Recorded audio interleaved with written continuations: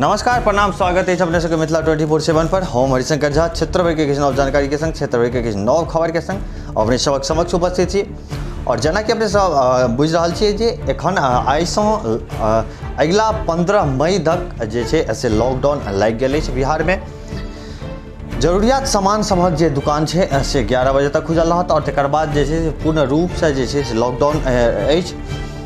और एहि सबके लऽ के लॉकडाउन के आइ जेना पहिल दिन एहि वर्ष जे लॉकडाउन लागल अछि तकर आइ पहिल दिन प्रशासन सब जे छै से लॉकडाउन के पूर्ण रूप से पालन करवाबै के लेल आइ सड़क पर उतरल छलाह।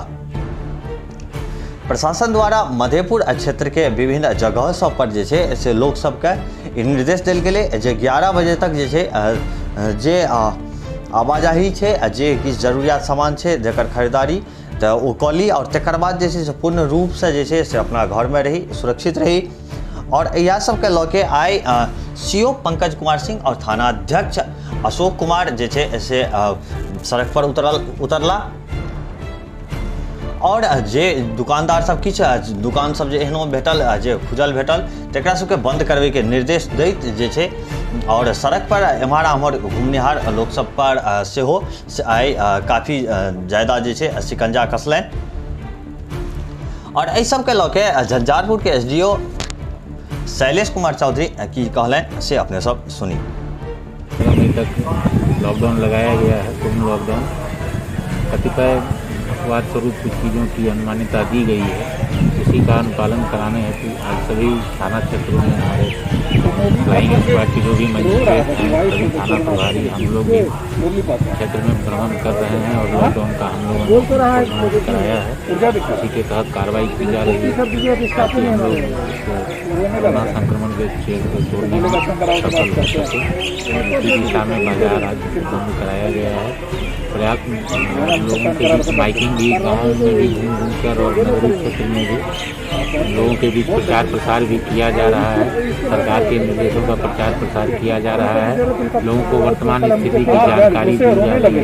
उनसे अनुरोध किया जा रहा है कि वो अपरिहार्य सेवाओं को छोड़कर अन्य किसी कारण से बाहर न निकले, घरों में रहें। लोगों से सहयोग का अनुरोध किया गया है और हम लोग प्रशासनिक रूप से भी इसका पालन कराने के लिए संकल्प है और कराएंगे।